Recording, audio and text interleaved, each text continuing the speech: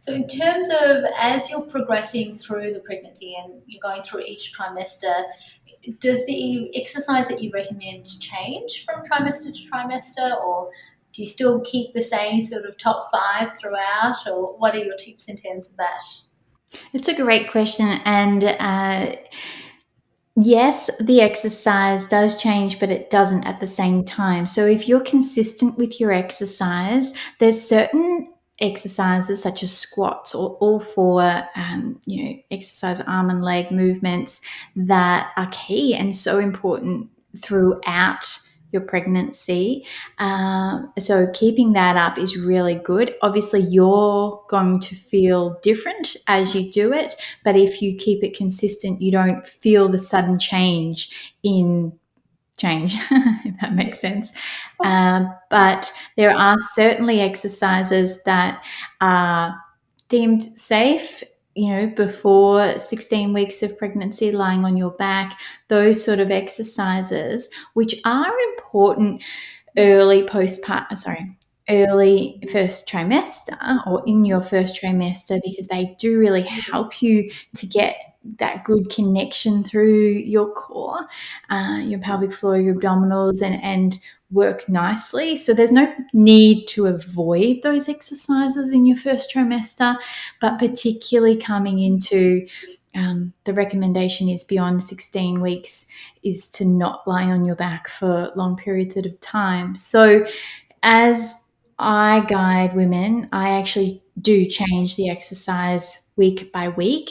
There is a guided program, the pregnancy program.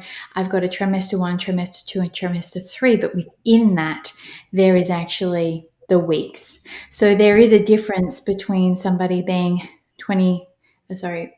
14 weeks pregnant compared to being 26 weeks. Like there is a significant change within that second trimester itself. And same again from being, say, 27, 28 weeks compared to being 38 weeks pregnant. It's big. And so, guidance definitely throughout. It all comes back to listening to your body, because there is women who pre-pregnancy are quite fit and maintain that fitness throughout their first trimester and into their second trimester and are feeling good. There's women who maybe are in that boat but then have a really rough first trimester with nausea and fatigue and don't do anything. Often I have women coming to me, say, at like 16 weeks and they've done nothing for 4 months. And then it almost feels like they're starting again. And then you have, women who haven't been fit at all pre-pregnancy and are then, starting with their fitness in their pregnancy. So it really matters on your individual situation. But in saying that, when I design my program, I take that step of caution because I'm aware of the differences, which is why I have my set workouts, express, pelvic floor, and then I have advanced.